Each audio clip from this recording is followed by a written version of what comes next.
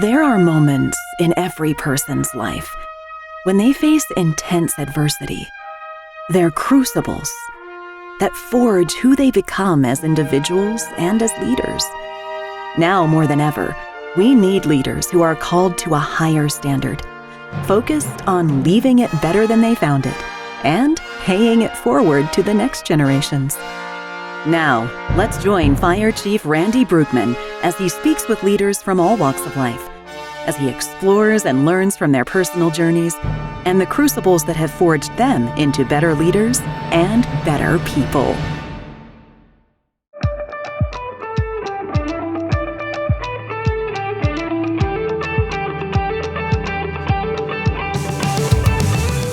Well, welcome to another episode of the Leadership Crucible podcast. Today, it's my pleasure to have on Dominic Sims.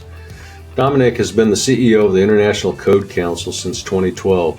He oversees the association's activities and financial performance, leading its 6 subsidiaries.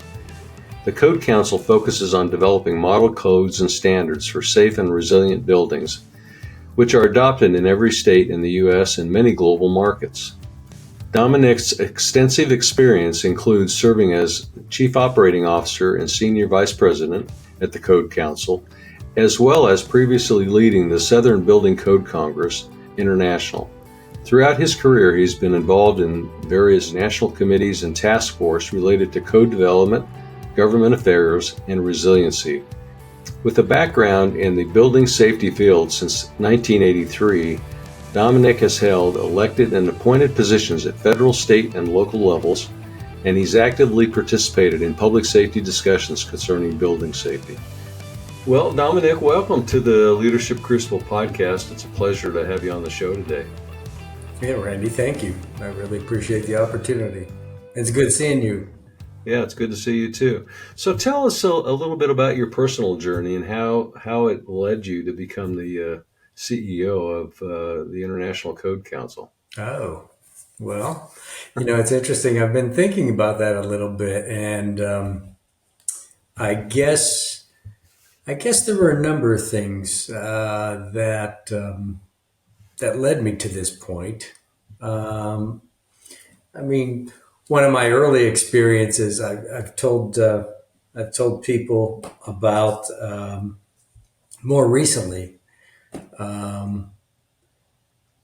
And I never really thought about the influence it had on me over the years. But when, like all of us, when you're in high school, you look for an odd job or two. And during the summers, I used to work with an uncle who was an electrical contractor.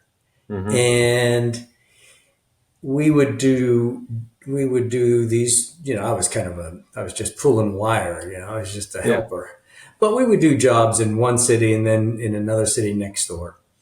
And long story short, I noticed how we would do these jobs differently. And one day I asked him, I said, Uncle Jerry, why do we have to do these jobs? Why is this different in this city versus the city across the street? And, he was pretty direct about it. He said, electricity is the same everywhere. But, there's the city inspector just wants it done differently, or their codes are a little different, for no real valid reason. And that always stuck with me. And I didn't really realize how that stuck with me until I got older and, learned more about business and markets and safety. And so, what drove me to the model code, organizations and thinking about building safety was how we could streamline the building regulatory process and make it clearer. I don't want to say easier, but clearer for manufacturers and designers and contractors and code officials to all, sort of be on the same page. For me, it's been a lifelong journey to try to, minimize the patchwork of regulations. it's a goal that's it's never going to be complete, but we're making tremendous progress, Yeah. right? Well, and I think a lot of times I mean, I would imagine many people on our audience don't even think about when they walk into a building, Huh. uh, everything that has went into the design, the manufacture, and the building of that structure so that it's safe, at least in this country, for the most part. And if you compare that to, some of the other countries that I know you're expanding into, they haven't had that level of code compliance for a long time, and you can see that when Hmm. there's an earthquake or something. We experience damage, they experience devastation, Sure. No, and absolutely. We're fond of saying building safety is no accident. It yeah, takes a concerted effort and a lot of will, and from both elected officials and engineers and architects and fire officials to really forth some effort and care about the work they do. We're very fortunate in this country. We have some of the safest buildings in the world. We've brought down fire deaths dramatically. Still have a long way to go. As you said, when there's a disaster like an earthquake or an extreme wind event, uh, the buildings in the U.S. fare far far better than they do in a lot hmm of other places around the globe. yeah, and I think we have done a really good job of taking the lessons learned from those Mm, events and rolling them back into how to design better, better buildings, better everything. And sure, so, yeah. absolutely. So, tell us a little bit about the International Code Council, because it's not just a U.S. focused code compliance or a code development process. You're worldwide now. Sure. No, we have. Once we achieved our primary goal in the U.S., and that is to get the I codes adopted in all 50 states, we began to turn our attention um, globally. Mm-hmm. So we have been, we've focused on the Middle East, Australia, New Zealand, and that part of Asia, as well as the Caribbean. We've been invited to several countries, smaller countries in the Caribbean, and now South America. So we, we're beginning to make progress in each one of those areas. We've actually, it's funny, Randy, when I first came to the Code Council, I didn't realize the number of members and clients that we had outside of the U.S. Mm-hmm. So what we didn't have to start from scratch when we began this effort to expand globally. We just had to really get in, sort of in tune to the members and the clients that we already had in various places, and begin to leverage those and work with folks on the ground to help them build better and safer communities. So, as you have brought in under your umbrella that international perspective, how has that impacted the ICC and how you do business? I think, yeah, no, I think the most interesting thing to me, Randy, is the lessons that we have learned, or the things that we have learned from around the world. Right. So, just one Mm-hmm. example, the western part of the United States is struggling with droughts, Yeah. right? And we're people are looking for ways to save water. Well, we went on a mission about 5 or 6 years ago to Israel and and the Middle East, and duh. They have limited water, scarce water resources. So we learned a lot, Yeah. and we're bringing those lessons back and those technologies to the United States, and making sure that our codes are adapted in order to facilitate use of some of those technologies. And yeah, so it's lessons like that we learn from around the world. Another example is this Grenfell fire that Mm-hmm. took place in England a few years ago. Right, it was a high-rise fire that was just a tragic chain of events. So we spent a lot of time working with folks in the UK to understand what caused that fire and what we need to do better in terms of developing new codes and standards. And then we share that information, that knowledge around the globe. Yeah, and I think we've since that fire have had a couple of similar events Mm-hmm. in other parts of the world, Sure.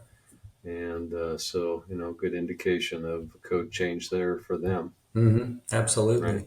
right.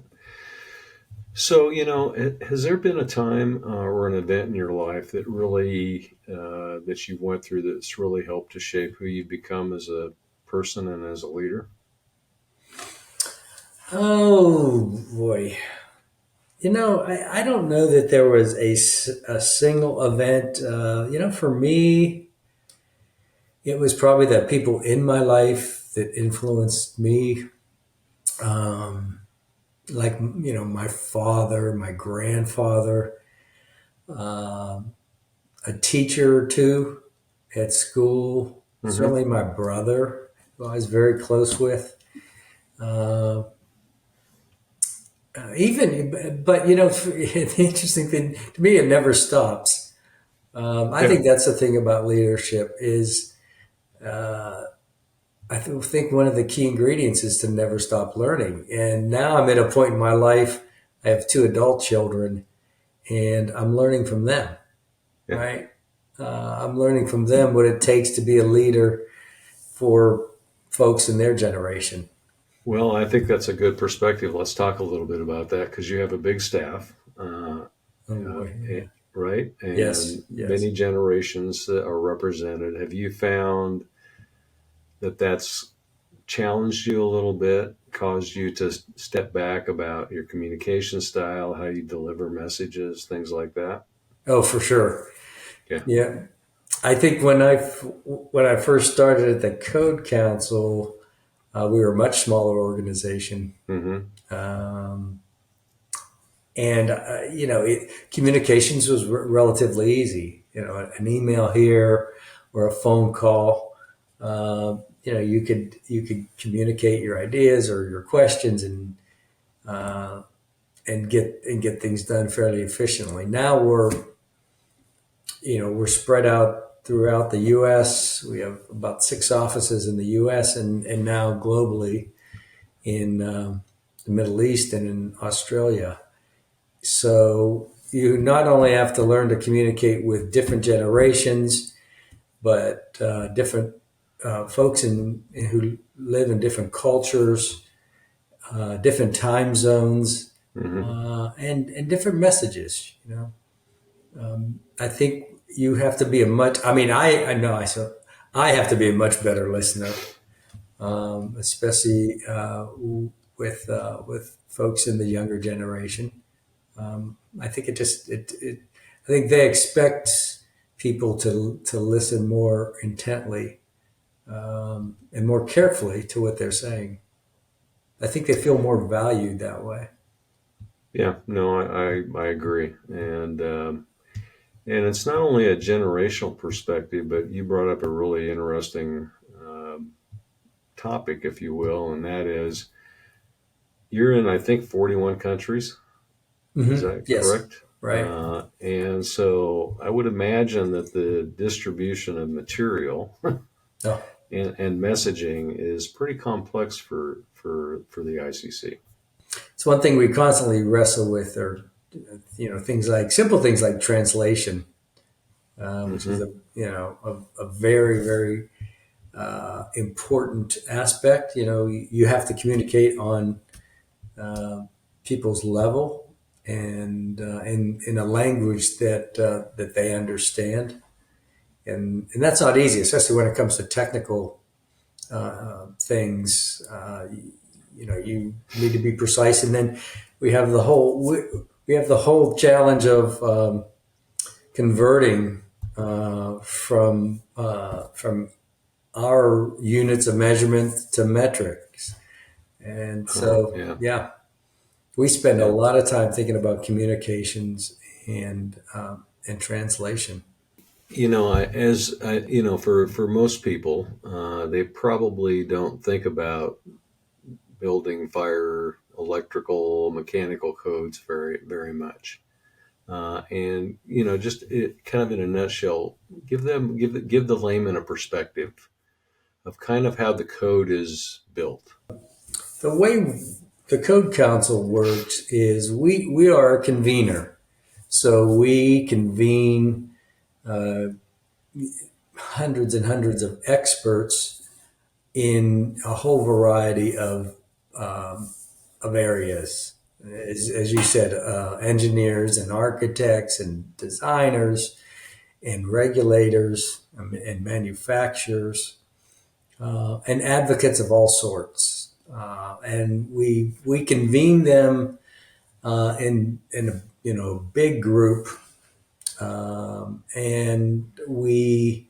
the proposition is simple, and we start with the current code, and we take that current code and we say in essence, what improvements do we need to make, or what lessons have we learned, and they'll submit proposals or changes.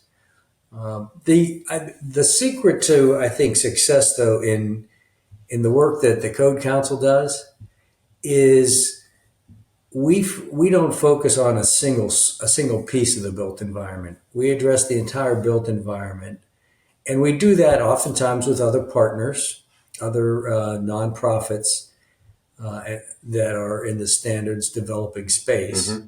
and we glue all those standards together, and we organize it in a fashion that the industry finds useful and effective.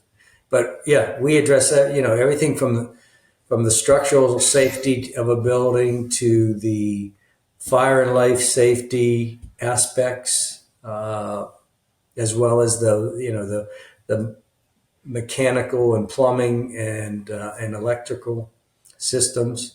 So, as you know, buildings are complicated things these days. Even homes are more complicated Oh, yes. than Yes. they once were, and providing guidance on how to build safely and efficiently is the role that the Code Council plays. Well, and I'm sure the whole issue of climate change and that whole arena of just trying to maximize our energy proficiency or Mhm. efficiency has probably had a large impact on what you're doing today. Yes. Well, we look at it in terms of the risks, right? And Yeah. risks clearly are increasing. The Code Council is not in a position to say why the climate is changing, but it clearly is. Hurricanes are more frequent. Tornadoes and storms seem to be more fierce. Um, the sea level is rising. So there are a lot of natural made risks in the environment that are increasing. And I always look for empirical data. And if you look, just as an example, at the insurance industry, and you look at their losses, their insured losses over just the last 10 years, you can see how they've increased dramatically. And Yeah. it's part of the reason why some states are really struggling with homeowners insurance rates that are climbing pretty rapidly. I shouldn't forget about wildland fires either, because that's all part of the risks in the natural environment. So yeah, we're learning lessons each and every day from those types of events, and trying to provide a forum where we could update our codes and standards to try to mitigate some of the effects of those increased disasters. Well, I know from a fire chief, a firefighter perspective, I've just seen the evolution of building and fire codes over the last 30 years, and how we did business 30 years ago is significantly different than how we do business today and how we build things. And I think we are building a much safer environment than we were 30 Sure. years ago, and that's just going to continue to evolve. And as we develop more technologies and we're able to use those technologies to make our building environment safer, then Yeah, that makes all of us safer. sure, absolutely. Yeah. Another I think important ingredient, um,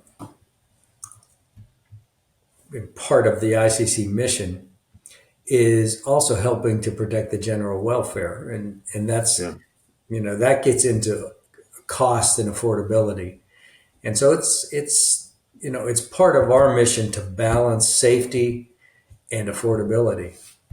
And in fact, I'm proud of the Code Council. We're one of the only SDOs that places such a high emphasis on cost and affordability. But if all you have to do is read the headlines these days, the price of housing, or the cost of housing, I should say, is soaring, and a lot of young people can't afford Yeah. the to buy into the American dream, if you will, because of the cost of housing. So, we're taking, we take that as a challenge, and or challenging our members and people on our committees, to make sure that they're balancing cost and safety, because I don't think you have to sacrifice one to have the other. But it takes some thinking, um, to figure out how could you accomplish a goal to make a building safer in an affordable way. Yeah. So, what's your perspective on the current state of leadership in our society today? Because you deal with a lot of different folk, Hmm. across the world. So, what's your perspective? Leadership in our society today. I don't know. I kind of think we're confusing, at least from a business sense, we're confusing leadership with management. It's Hmm. one thing, to manage people, and you know, that's that's about keeping track of things and allocating resources, and setting schedules and all those sort of things. Leadership is much different, and I don't know. I think we could use a little more leadership, frankly, these days. Um, it takes a certain amount of patience and skill, and leaders get people to follow. It's a team sport. Yeah. I'm fortunate. I spend a little bit of my Saturdays in the fall watching college football. It's one of my passions, Hmm. and I've read a lot about Coach Nick Saban at the University of Alabama. I happen to be a Gator fan, but Coach Saban is an amazing leader, right? He always preaches about the process. The process. Hmm. Well, the process is each person, recognizing each team member's values and trying to get the most out of each one of them. And in order to do that, you have to know them, right? Yeah. And so, yeah, I'm a big believer. Like my team, even though we're a large organization, we have nearly 800 employees right now. My management team, who I spend the most amount of time with, I know them. I know them personally, and I know them from a business perspective. Um, so you really have to spend time, learning about the people on your team and knowing their strengths and weaknesses. And then leadership is all about, I think, setting the right tone and setting the right example, and then sort of providing some direction and then getting out of the way and Yeah. let people perform. Yeah. No, totally agree. Leaders are always on parade, right? And so it's how you carry yourself. It's the vision you lay out. But I also think it's about the game plan that you establish and tracking where you want to go. That's the management part. So there's a leadership piece, and then there's this management piece. And if you can blend those two together, no matter what profession you're in, you can do some incredible things and Sure. really raise people up. And I think that's a great challenge, and but also it's the payback on that from a leader's perspective is incredible if you do it the right way. Sure. Absolutely. Yeah. So we've talked a little bit about being an effective leader, but with what lessons would you share with others who are just starting to step into their first leadership role and Yeah. starting that journey? Well, one lesson, yeah, no, I think there are a couple that I have learned. One is, um, know yourself and know your strengths and weaknesses, right? Hmm. And work to your strengths and surround yourself with people who could fill in your weaknesses, right? Yeah. I think that's job one. Um, the other thing is, don't be afraid to make little mistakes.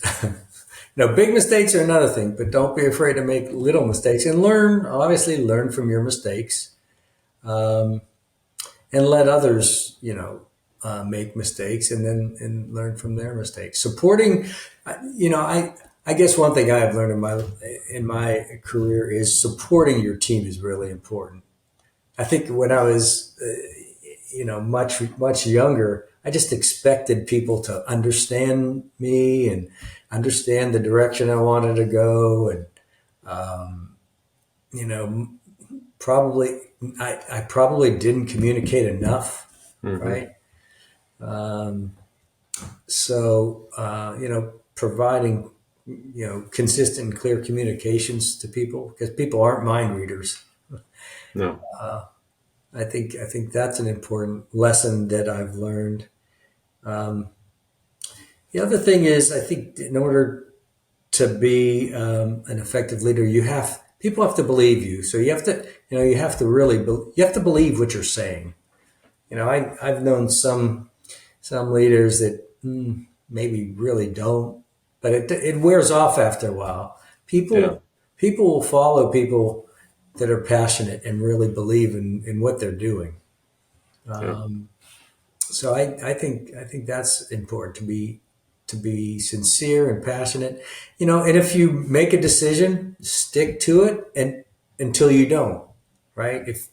If you learn new information or change your mind, that's okay. Yeah. But communicate it, right away, and tell people the reason why. Yeah, no, I think, and you bring up a couple of really, I think, key points. One is being authentic, Hmm. very important, I think, from a leadership perspective. If you've made a mistake or you've started down the wrong path, admit it and change course. Nothing wrong with that. I think people really appreciate, a leader stepping back and going, "This isn't working the way I thought it was going to Right, work. Let's do something different." Sometimes leaders don't do that. right, And the other thing I've found is that you really need to, and you mentioned it, get to know your people. I've seen a lot of people get promoted and get into leadership positions, and they really never get to, they don't really know their people personally. They don't really know their strengths and weaknesses. They look at them as just filling a slot.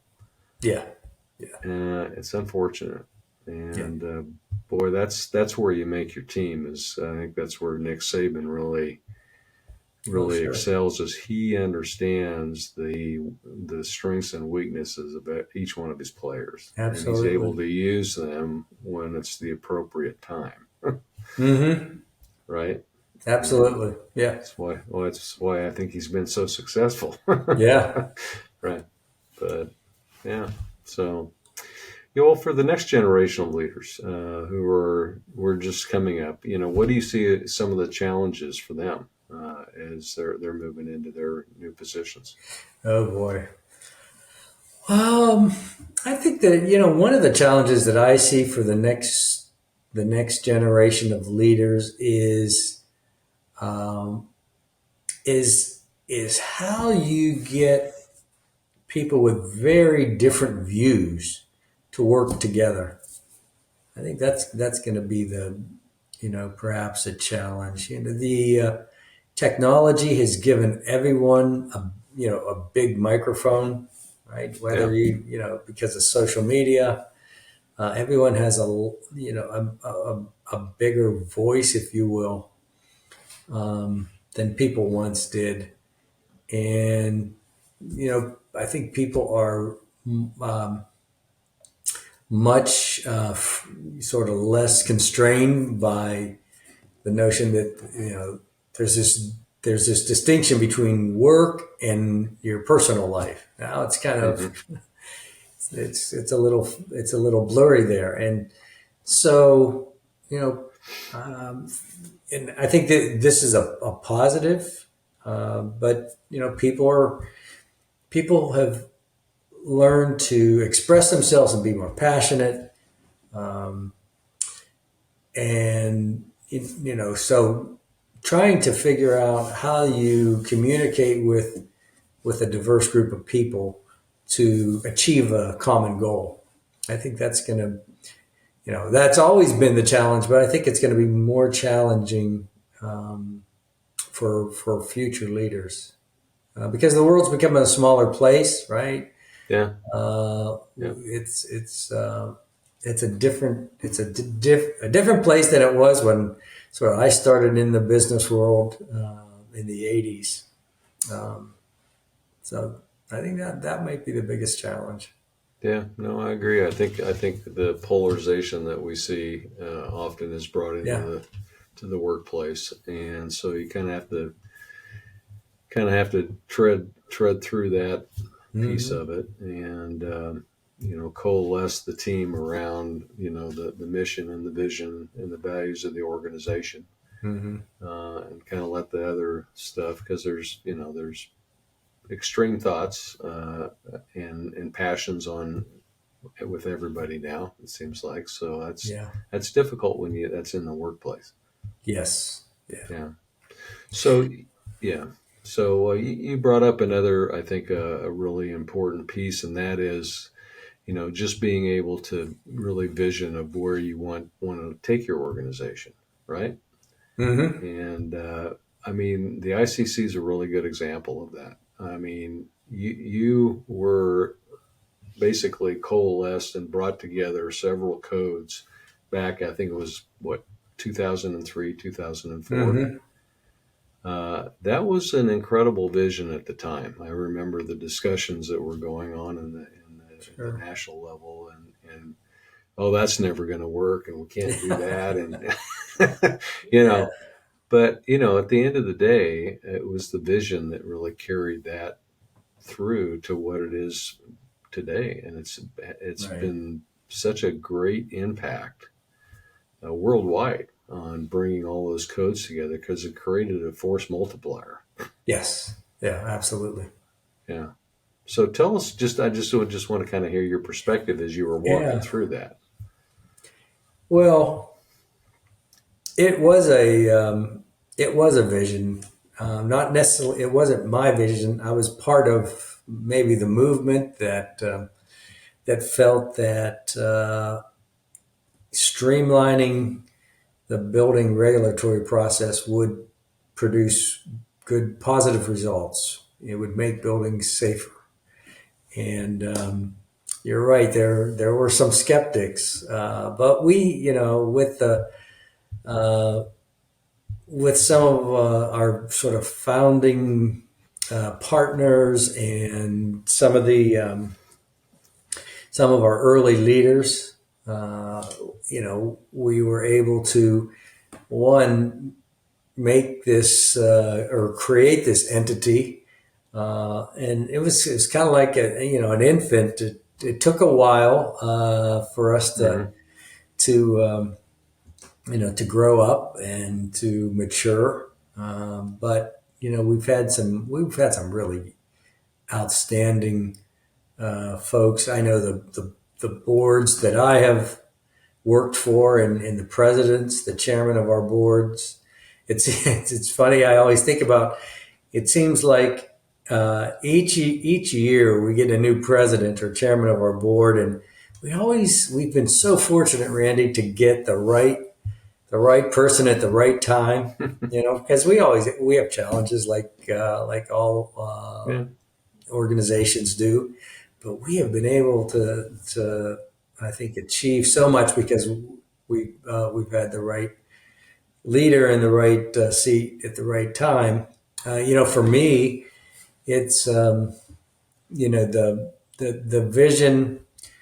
Let me put it this way: whenever I'm in a situation where I don't know what the right direction to go is, I look at our mission, right? Yeah. And for the Code Council, I'm happy to say our mission is not just something we look at every 4 or 5 years and put a poster on the wall or something. Our mission really does drive us, because it's so succinct, and so that's helpful. Our mission. In fact, if you ask our employees, and we'll do an employee sentiment survey every couple of years. If you ask our employees why they like to work at the Code Council, 70 to 80% of them say because of the mission, right? Yeah. So we have nearly 800 employees that are all about building safety, and I think that really, really helps us achieve some of the things that we've been able to achieve the last 30 years. Yeah. Well, it's been, you've had an incredible impact and continue to do so. So, I think the work that you're doing really does, people don't know this, but it saves lives every day. Sure. Saves firefighters' lives every day, just with how the buildings are built and what we put in them with the alarm systems and the early detection and, all the things that go in the general public, probably really even shouldn't think about. But, folks like yourself and everybody involved with the code development is really focused on that building safety, building resilience, community resiliency, big issue, especially with, our changing environment and some of the intensity of the impacts that are, occurring worldwide. So, sure. Yeah. So last question for today. As you have went through your career and reflect back, what advice would you give for the next generation for making a difference in their life journey? Advice for the next generation. Oh, okay. You know what I would say? Leave it better than you found it. Yeah. I agree with that. Yeah. It's really simple, isn't it? Yeah. Pay it forward and leave it better. That's right. If you do those two things, you'll be better off, and you'll leave whatever you've done better off. So, well, Dominic, thanks so much for being on the Leadership Crucible podcast. It's always It's always great to spend time with you and reconnect, and look forward to doing it again. Same. I enjoyed it, Randy. Okay. Thank you. You're welcome. Take care. Thanks for listening to the Leadership Crucible podcast. If you have a story of adversity you'd like to share, we'd love to hear it. Join us next time as we continue to explore how to live lives of success and significance.